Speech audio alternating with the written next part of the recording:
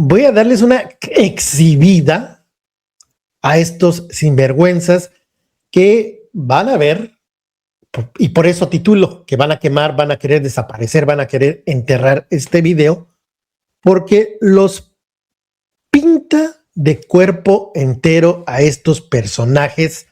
Quedan desarmados, no pueden decir nada cuando vas a ver lo siguiente.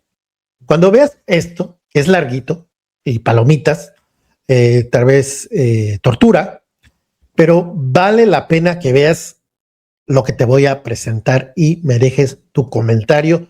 No emito ninguna opinión en este momento, más que manita hacia arriba, manita hacia arriba.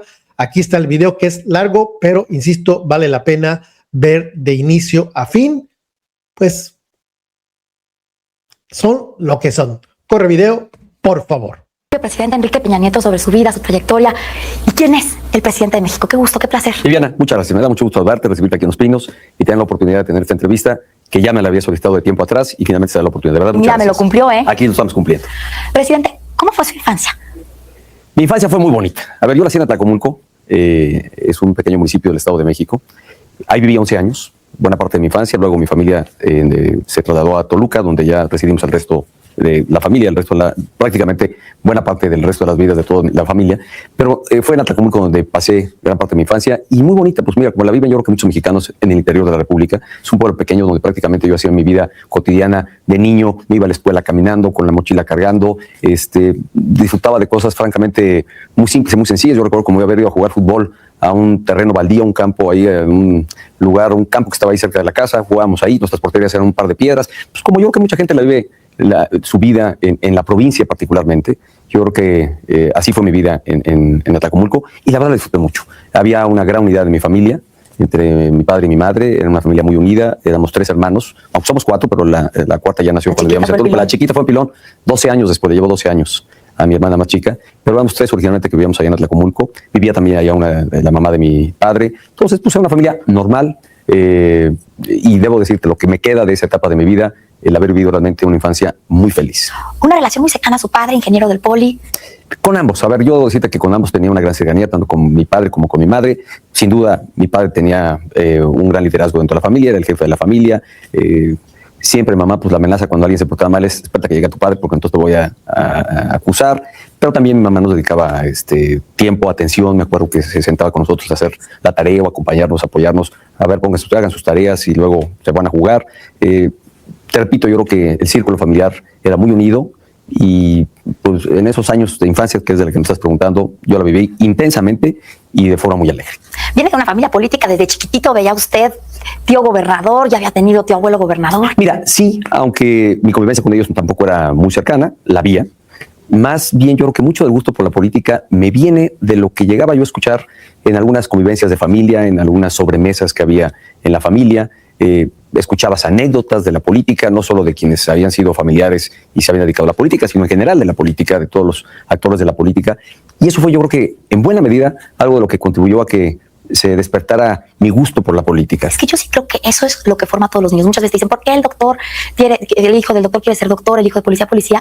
Porque sí, finalmente lo que aprendes en tu casa, lo que escuchas, es con lo que estás empapado, ¿no? Y sabes, sobre todo en una edad muy temprana. De verdad, cuando esto te impacta casi desde niño, como fue mi caso y como yo creo que nos pasa a muchos, lo que tú dices es muy cierto. ¿Por qué los hijos de políticos, muchos de ellos terminan siendo políticos? ¿Por qué es lo que aprendieron, es lo que vieron? ¿Por qué los hijos de militares casi terminan siendo militares o muchos siguen la carrera de las armas? Pues porque vieron en su casa pues el desempeño de sus padres en esta actividad. Los hijos de doctores, en fin, yo creo que se va contagiando y además se vuelven experiencias o experiencias de vida que llegan a inspirar la vida de uno y sobre todo cuando te impactan en una temprana edad. Fue mi caso. Yo debo decirte con toda honestidad que por ahí desde que iba en secundaria, soñaba con llegar a ser gobernador de mi estado. ¿Y qué te decía tu papá? Era un tema muy íntimo, ni siquiera lo socializaba tanto. O a lo mejor sí con mis amigos. Ellos dicen que sí, yo la verdad ya no me acuerdo.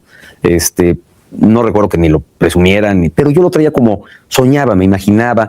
Luego dicen que la fuerza de la mente es tal que se llega a ser realidad. Cuando ya llega una etapa mucho más madura de mi vida, a los 20, pues tampoco veo un escenario así como para que las cosas me vayan a dar la oportunidad de ser gobernador, no en ese momento, pero sí la soñé. Recuerdo haber vivido mi secundaria, la prepa, pensando en qué hacer, dije, a ver, pero eso está padre, por ejemplo, para muchos de los chavos que nos están viendo. Yo le digo muchas veces a mi hijo, piensa seguramente que soy una ridícula, pero digo, a ver, si tienes 15 años y en este momento tienes que empezar a definir hacia dónde quieres estar, porque lo que hagas en la adolescencia te va a marcar sin duda hacia dónde llegas. Mira, yo de lo que estoy convencido, sueños. Pero no te puedes quedar, en los sueños, tienes que concretar. La vida, obviamente, las circunstancias, las coyunturas, los tiempos te dirán si te acercas o no a lo que alguna vez soñaste, pero vale la pena soñar. ¿Y era buen estudiante en la primaria? Yo diría que era un estudiante promedio regular, no era de 10, pero tampoco era de 6, digamos, de 8 y 9. La verdad, recuerdo haber tenido un buen desempeño académico, no recuerdo haberme ido en toda mi carrera, en toda mi trayectoria de estudiante, desde la primaria, secundaria, preparatoria, la carrera, pero no por ello quiero presumir, a ver, pero también está padre. Era alguien dedicado. A ver, yo creo que algo que sí me marcó de mi infancia es esta disciplina que mi madre nos imponía a todos de hacer nuestras tareas, nos obligaba a ver, es momento de hacer tareas, se sentaba con nosotros, estaba muy pendiente, y creo que eso me marcó en algo, el sentido de la responsabilidad. Y también un poco el equilibrio, ¿no? Mientras te vaya bien en la escuela, con tus amigos, con tus hermanos, con la familia, también te acaba siendo un ser mucho más completo. Mira, yo les digo a mis hijos que tienen que disfrutar cada etapa de su vida. Y cuando estás estudiando, dedícale tiempo a estudiar, cumple con tu responsabilidad, con tu deber de prepararte y formarte, y disfruta esa etapa de la vida porque nunca regresa. La etapa de secundaria, de la prepa, la de universitario, no regresan. Luego ya pues vienen otras tareas de mayor envergadura, uno se llega a casar, forma familia, los pesos de esa responsabilidad son mayores, y entonces hay que disfrutar cada etapa de la vida, pero sin dejar de hacer lo que en responsabilidad y deber debes hacer también en cada etapa de la vida. Porque lo que no haces en ese momento, por ejemplo, hace poco, la semana pasada, entrevisté a Guillermo Arriaga, que fue mi maestro, y nos decía en la escuela, nos decía, ustedes lean ahora porque después la vida se vuelve mucho más complicada. Lo que no hagas en este momento, difícilmente lo puedes hacer. No regresan. Después. Hay tiempos que uno cree, lo hago después, más tiempo. Esa es una buena pregunta. Mira, todo lo que he hecho, la verdad es que lo he disfrutado plenamente, lo he gozado profundamente. Hubiera estudiado más, hubiera reventado más, hubiera salido más. Tener la oportunidad a lo mejor de haber estudiado en el extranjero y aprender de mejor manera un idioma, quizás algo que me hubiera gustado, no me ocurre así. Sin embargo, sí tuve la oportunidad de estudiar un año en Estados Unidos, un año de secundaria. Pero a ver, más que pensar en lo que me hubiera gustado, que la verdad es que no, es una buena pregunta como para meditarla, más me ocupa tener memoria de lo que he hecho. Y la verdad, sí he disfrutado mucho mi vida. Te repito, de verdad que tuve una infancia bien bonita, muy ordinaria, muy simple, muy sencilla, pero que mucho disfruté. La verdad es que la gocé plenamente en el interior de la República, en un pequeño pueblo allá del norte del estado. La viví intensamente. A ver, te voy a comentar algo muy simple, pero como anecdótico. Me acuerdo que salí con mi hermano a buscar camaleones. Nos metíamos a las maguilleras a buscar camaleones, que pues decíamos que luego los guardábamos y los sacábamos de su hábitat, pero estos pequeños animalitos, que parecen lagartijas, pero son distintos, y nos gustaba jugar, nos gustaba jugar con la naturaleza. Eso me marca, yo creo que sin duda la etapa de la infancia, sin duda sí te marca. Empiezas a tener sueños, tus amores platónicos. ¿Quién era? Mi maestra de primaria, y además te vuelas y te vuelves en héroe y sientes que la salvas de momentos y de circunstancias difíciles, lo que yo más o menos me acuerdo, ahí empieza la etapa. A ver, pero después, porque usted me platica que se va un año fuera, se va a una secundaria, pero era de padres y ahí inculcaban a los muchachos a ser sacerdotes. Era una escuela cristiana. Era una escuela católica, pero llevada por una orden de religiosos, pero no, realmente no había ningún involucramiento en esta etapa. Lo que sí te debo confesar es que por ahí de sexto de primaria, primero de secundaria, quizá a lo mejor por estar fuera de México. A ver, es una época en la que no había celulares, ¿eh? Yo hablaba con mis papás cuando me llegaban a hablar, recuerdo una vez al mes, y no regresé en todo el año. O sea, fueron 10 meses que pasé fuera de México. Mi mayor comunicación me hablaban una vez al mes por teléfono convencional. Te repito, no había la telefonía celular que hoy existe. Y quizá a lo mejor esa distancia hizo que yo me metiera mucho a la reflexión. Recuerdo compañeros que realmente sufrieron mucho el irse de sus casas, lloraban. No, yo no. Yo la verdad es que la vi probablemente más buscando leer, me metí un poco al aspecto religioso. Alguna vez pensé llegar a ser sacerdote, imagínate. Yo le dije, eso lo leí, dije, no puede ser. Sí, ya le gustaban las mujeres de primaria y celibato. Sí, pero después de ahí, muy al sexto, primero de secundaria, cuando estoy este año fuera, le dije, papá, ya me gustaría irme al seminario. Me dijo, si terminando la prepa quieres irte al seminario, yo no tendré ningún inconveniente, pero termina tu prepa.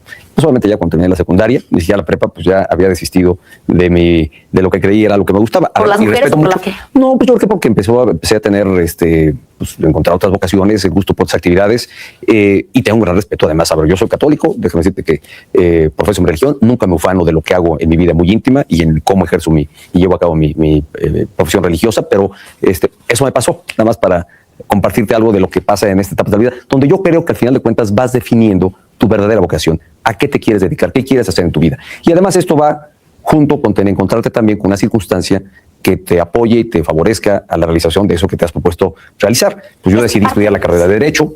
En la UP, que también acaba siendo una escuela. ¿Por qué la carrera de Derecho?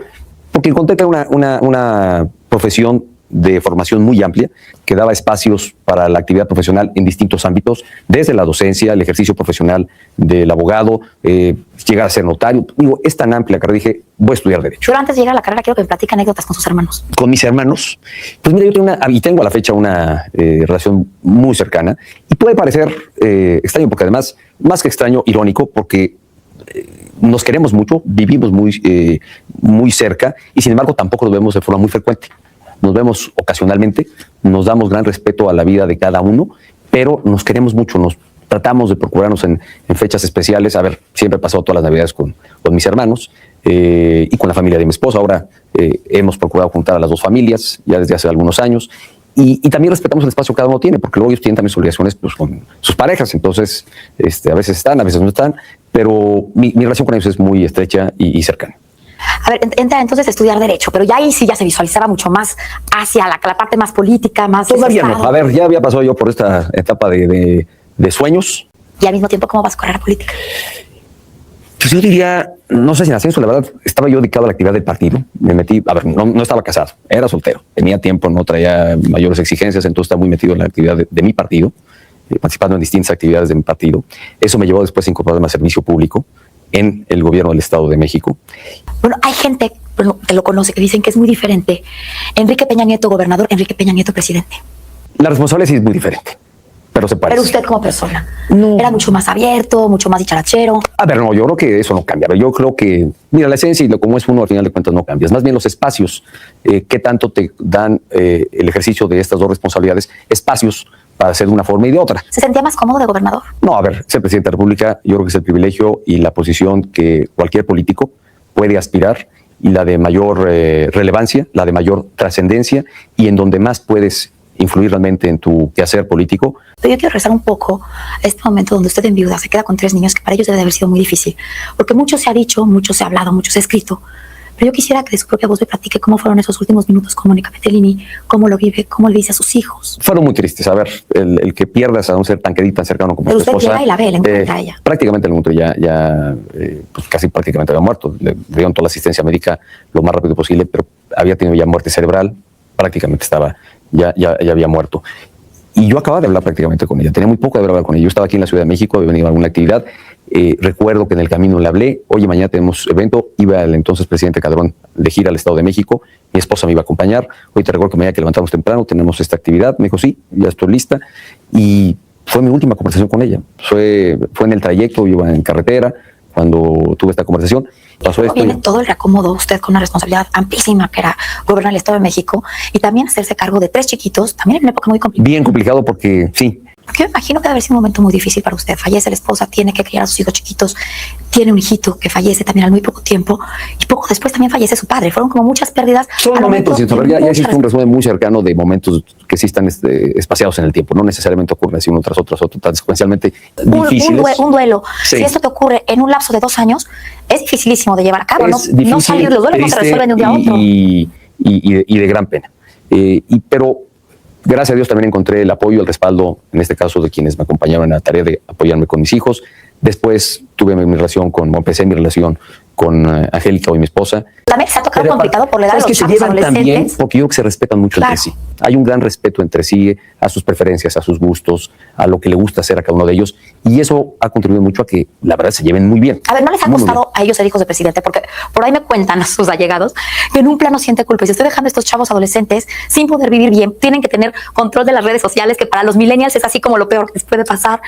No poder estar tanto tiempo medianamente control, porque al final de cuentas yo les he pedido que sean cuidadosos en lo que escriben, en lo que publican. Me platicaron una historia que la verdad me emocionó. A ver, espero que sea cierta, porque luego hay muchas cosas que no sean ciertas.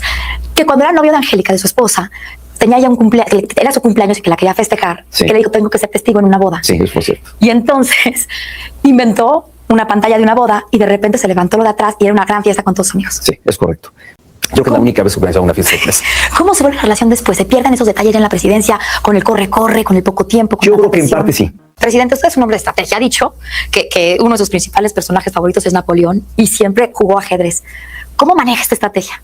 Pero la política sí es una estrategia. La política, sí, yo creo que también te demanda tener, hacer movimientos estratégicos. A ver, ¿cómo trabaja el presidente de México? Dicen los que lo conocen que usted es un hombre solitario, que le gusta escuchar a pocas personas, que su equipo es muy, muy cerrado, tiene a su asistente a Tere Morales de toda la vida, a su particular Jorge Corona también, pero que no le gusta que le digan mucho. Son pocos los que se acercan y a los que escucha el presidente. Más bien yo creo que es todo lo contrario. A ver, ¿cuál es la decisión que más trabajo le ha costado tomar como presidente? Mira, yo creo que no hay una sola. A ver, ¿cómo quizá le avisan hoy, que siempre quizá se confirma? hoy sería distinta. Pero ¿cómo le avisan creo que nos siempre faltaba, se confirma? creo que tomó una decisión muy acelerada. En lo personal, y era a dijo, partir de las posiciones. pero en lo personal, llegó a con su lo que cama a yo me dormirse y decía, "Estoy encontré equivocado". está la respuesta de sí, era tómala o déjala. Pero usted, Vista después de Pero eso, hubiera ¿cómo no lo existe. vive? ¿Qué dice? A ver, el hubiera no existe. No, ya dice, me equivoqué, y no me asumo equivoqué, la estuvo responsabilidad de bien. la decisión y el costo que esto representó para el presidente, para mi gobierno, A ver, presidente. y sigue siendo el correcto. Al final de cuentas, México tendrá que construir con quien resulte electa o electo presidente de los Estados Unidos. Tendrá que tener una relación como la que hemos tenido con el presidente Obama, una relación de respeto mutuo, una relación de colaboración y de cooperación para objetivos y atención a temas que nos son comunes y que son de importancia para los dos países. Usted, sin duda, bueno, las reformas que se lograron pasar fueron espectaculares, sin duda van a cambiar mucho el sentido de México. Para usted ha sido muy importante realizar estas reformas para pasar en los libros, en la historia, como el presidente que hizo estas reformas. Lamentablemente, estas reformas se han visto opacadas por muchísimos escándalos mediáticos. Tenemos el tema Ayotzinapa, el tema Casa Blanca. ¿Cómo ha vivido usted todos estos temas? Es muy... Con toda injusticia, a ver, son cuestionamientos que no usted resultan puede justos. lidiar con sus oponentes políticos de frente, pero hay campañas durísimas en redes sociales, no sabemos ni de quién viene ni de quién no, que se han metido incluso ya no solo en el plano político ni en el plano de las reformas, sino en el plano personal, y estas sí han afectado y sí han nublado un poco todos los éxitos que se han tenido con las reformas.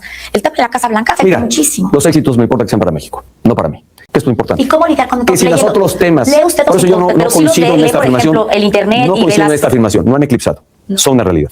Esas reformas son parte de la realidad, de la nueva realidad muy positiva de México. Yo nunca he dicho que no, yo estoy diciendo que efectivamente esas reformas han sido muy buenas para México. El ejercicio de la tarea del presidente pero por otros temas, mira, presidente, al también contrario, fue un tema de comunicación, fue un tema del narcotráfico, un grupo contra otro grupo del narcotráfico, donde sí estaba involucrado el alcalde de auténticamente, más de 130 personas ¿Por qué no lo han detenidas. explicado así? Por Pero, eso, presidente, lo más el triste, tema no es pero lo más triste de todo esto... El tema es el estigma que queda y este señalamiento, francamente, lo más triste de toda esta historia de los 43 jóvenes desaparecidos son estos líderes que ni siquiera son los padres de familia y que están tratando de cambiarles la historia. Estos padres de familia son los que más están sufriendo, los que más están padeciendo. ¿Es el tema que más le ha dolido? Es gritar mi asesino. ¿Le afecta? ¿Le afectó en su vida personal? ¿Deterioró un poco la relación? Yo creo que no la deterioró con mi esposa, al contrario, creo que nos unió aún más. Presidente, estoy muy consciente nos queda poco tiempo. A ver, en lo personal, ¿cómo va a vivir el 2017 para el Estado de México y cómo viene el proceso electoral del 2018? A ver, no como presidente, pero usted apuran mucho. Yo creo que, mira, si hay algo salmónico dentro del actuar del PRI, es ser respetuoso de los tiempos. El PRI no se ha adelantado. El PRI en el pasado y ahora... Ser candidato presidencial siempre se supo, siempre... A ver, se hablaba, era parte de... Porque estaba, bueno, en una tarea pública como gobernador del Estado, había otros actores también en ejercicio de actividades públicas y ya éramos señalados, pero esto no es porque lo probamos. No me va a adelantar nada. No te voy a adelantar nada bien porque yo no sé. Este es un tema que ni yo sé. Ni yo sé. A ver, más bien lo que te puedo decir, yo creo que el PRI tendrá que buscar dentro de sus filas, dentro de sus actores, dentro de los cuadros que tiene o de las personas que militan en el partido, o sea, 2 candidatos, más bien a 4 candidatos, hay 3 elecciones de gobernador el próximo año y la del 2018, todos que sean muy competitivos. Primero, que realmente tengan un proyecto para sus estados y para la nación. Un proyecto que vaya acorde con los principios, con el proyecto de nación que el PRI ha venido impulsando y construyendo para la sociedad mexicana. Es una entrevista política, es una entrevista personal. Eso es lo importante, Viviana. A ver, esto es lo que yo te puedo adelantar. ¿Qué siente? ¿Qué es lo más importante? A ver, yo siento que el partido, si es lo que quieres de pronto, mi partido, del que además me siento orgulloso militante, que ha reconocido sus derrotas y ha celebrado sus victorias. Yo que estás vivo. Porque ya tenemos que concluir, presidente. Viviana, ¿qué quieres que te dé un nombre? No tengo nombre que darte. Más bien, piensa en un perfil o piensa en perfiles que realmente sean competitivos y te espero, deseo, encuentren la preferencia de la mayoría de la sociedad mexicana. Señor presidente, ¿cuál ha sido el día más feliz de su vida? Indescriptible cuando han nacido mis hijos. Complétame esta frase. El presidente Enrique Peña Nieto es... auténtico. Muchas gracias. Ya estamos con el presidente Enrique Peña Nieto. Señor presidente, es un placer estar con usted. Gracias por recibirnos aquí. Al contrario, Jorge, muchas gracias. Para mí es un gran gusto, un gran honor y sobre todo tener la oportunidad de llegar a tu audiencia a través de esta entrevista que hoy me estás formulando. Muchas gracias. Señor presidente, a ver, vamos a platicar un poco de lo que ha ocurrido en torno al tercer informe y a estos 3 años y los 3 años que vienen. Hace un año exactamente me tocó estar en Nueva York cuando usted estaba en la Asamblea General de la ONU. Fue un gran momento. El tema era México a nivel internacional, era el ciclo de reformas que concluía. En un año exactamente las cosas cambiaron. se presentó el tema Ayotzinapa, se presentó el tema, como usted decía ayer, de conflictos de intereses. ¿Qué es lo que cambió y qué es lo que hay que cambiar a partir de lo que sucedió en todo este año? Mira, Jorge, yo ayer justamente hice un balance de 3 años de administración. Y esto que apuntas lo referí también con toda claridad en mi informe, de que el último año, a partir de esta fecha que tú recuerdas, en el momento en el que el mundo estaba reconociendo las reformas. Si uno ve lo que ocurrió en el informe, el aplausómetro siempre sirve para medir las cosas. Hay 3 temas que tuvieron el mayor peso en el auditorio. Cuando se refirió a las Fuerzas Armadas, cuando se refirió a los temas de seguridad que involucran a las Fuerzas Armadas, la recuperación de la educación en Oaxaca y el tema de que no habría nuevos impuestos. Si le parece, vamos por orden con esos temas. A ver, las Fuerzas Armadas y la seguridad. Hace prácticamente un año, también en noviembre, presentó usted un decálogo de temas donde algunos de ellos relacionados con la seguridad se vuelven a presentar ahora porque quedaron en la congeladora legislativa. El mando único, por ejemplo, que es un capítulo imprescindible para garantizar la seguridad. ¿Se podrá avanzar ahora ya en el tema del mando único? ¿Se buscarán mecanismos? Sin eso es muy difícil avanzar en seguridad.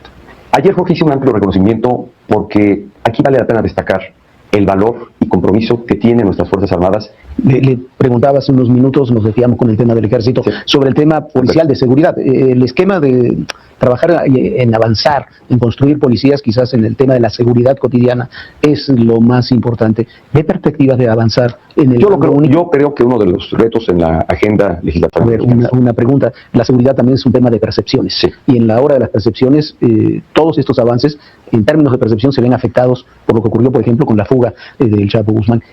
No le voy a preguntar qué es lo que ocurrió con la fuga, eso lo están investigando las autoridades de seguridad. Pero, ¿cómo se sintió usted en ese momento, cuando le avisan que eso ocurrió? Lo señalé ayer. Cuando hablamos de economía, cuando habló usted de economía, también se puso el acento en la infraestructura, y cuando se dijo que el Estado iba a gastar menos y que se iba a ajustar el cinturón, pero que iban a continuar los programas de infraestructura. Se habla de certificados de inversión, de otros mecanismos. ¿Cómo avanzará el tema de la infraestructura? Es básico en una economía que está global, en crisis, la infraestructura, la inversión pública y privada para que esa economía se mueva. A ver, en tema fiscal, fue muy bien recibido, siempre bien recibido, que se diga que no habrá nuevos impuestos o más impuestos. La reforma fiscal, sin duda, cuando vemos un poco de los temas que han generado conflicto, la reforma fiscal no fue bien recibida por muchos sectores. Aumentó, usted lo decía en su informe, la recaudación, lo aumentó en forma importante, pero sectores productivos, clases medias, le generó un costo la reforma. ¿Podremos ver algunas medidas que, sin romper la disciplina fiscal, permitan tener un mayor desahogo fiscal? Puede haber algunas medidas, sabemos. La economía que está creciendo en el mundo es la de Estados Unidos.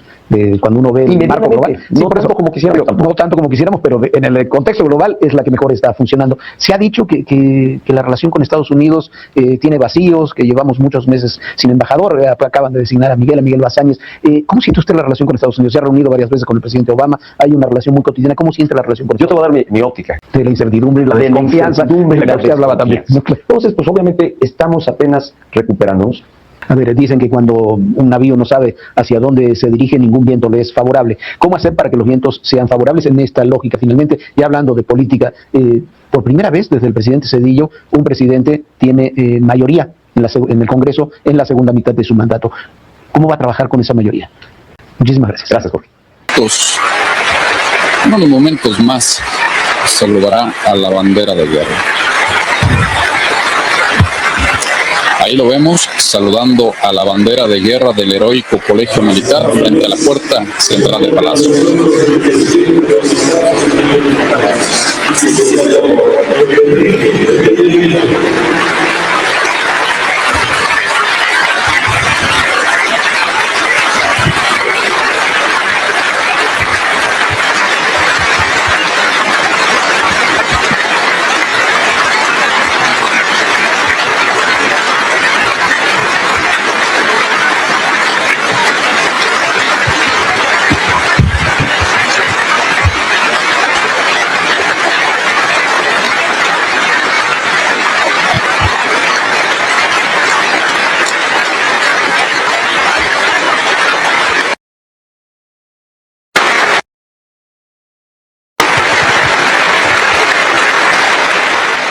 Ahí está pareja, y les recuerdo, la pareja, este matrimonio, adivina quién tuvo de padrino. Si sigues la voz de Julio, seguramente ya sabes. El padrino de boda fue Felipe Calderón, quien le metió muchísimo dinero a la empresa de este señor Jorge Fernández Meléndez es Enrique Peña Nieto. ¿Qué tal? ¿Cómo se arrastraban estos personajes? La señora, híjole, ¿cómo fue su infancia? Vaya profundidad. Vaya, bueno, no hay mucho que agregar. Solito el video habla por sí solo y el señor mentiroso que no tengo fuentes que me confirman que el presidente está muy mal, gravísimo en el hospital. Ahí lo vieron feliz, las risas con Peña Nieto, pues obviamente estaba bien maiciado y por eso todo era maravilla. Y la señora Viviana, señor presidente, pobrecito, ¿cómo sufre? No los padres, no el escándalo de corrupción, usted es la víctima casi, pídanle perdón al señor presidente Enrique Peña Nieto. Esto era lo que pasaba, no hace siglos, no hace 2 décadas, fue 2014, 2015, hace 10 años, parece una eternidad, pero no, así se arrastraban y por eso insisto, estos personajes no quieren que veas esto porque se exhiben por lo que son sin agregar nada de lo que yo diga. Olvídate de lo que yo diga, solamente ve el video y sé el mejor juez. Manitas arriba y gracias por tu preferencia y ya sabes que nos vemos en el próximo video. Manita para que le demos la vuelta al algoritmo y no esconda esta información. Cuídate mucho.